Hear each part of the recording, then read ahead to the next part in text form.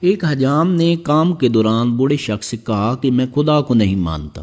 بوڑھے شخص نے ایک لمحے کے لیے کوئی سوچا اور اس حجام کو مسکراتے ہوئے کہا۔ بوڑھے آدمی نے اطمینان سے بسم اللہ پڑھی اور حجام کی کرسی پر بال کٹوانے کے لیے بیٹھ گیا۔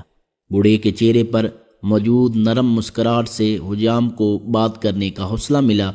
حجام نے کہا کہ دنیا میں بہت سے مذاہب خدا کو مانتے ہیں، لیکن میں خدا کے وجود کو بھی نہیں مانتا۔ مسلمان بوڑھے نے پوچھا، کیوں نہیں مانتے؟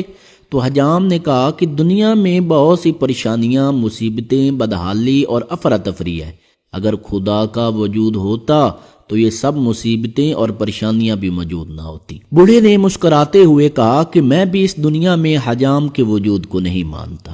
حجام نے پریشان ہو کر پوچھا، کیا مطلب؟ میں آپ کی بات نہیں سمجھا۔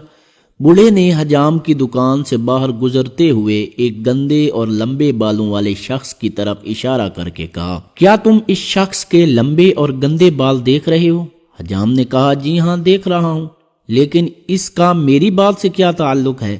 تو بوڑھے نے نرم لہجے میں کہا کہ اگر حجام ہوتے تو لمبے اور گندے بالوں والے لوگ بھی نہ ہوتے۔ حجام نے کہا کہ ہم موجود ہیں، لیکن ایسے لوگ ہمارے پاس نہیں آتے۔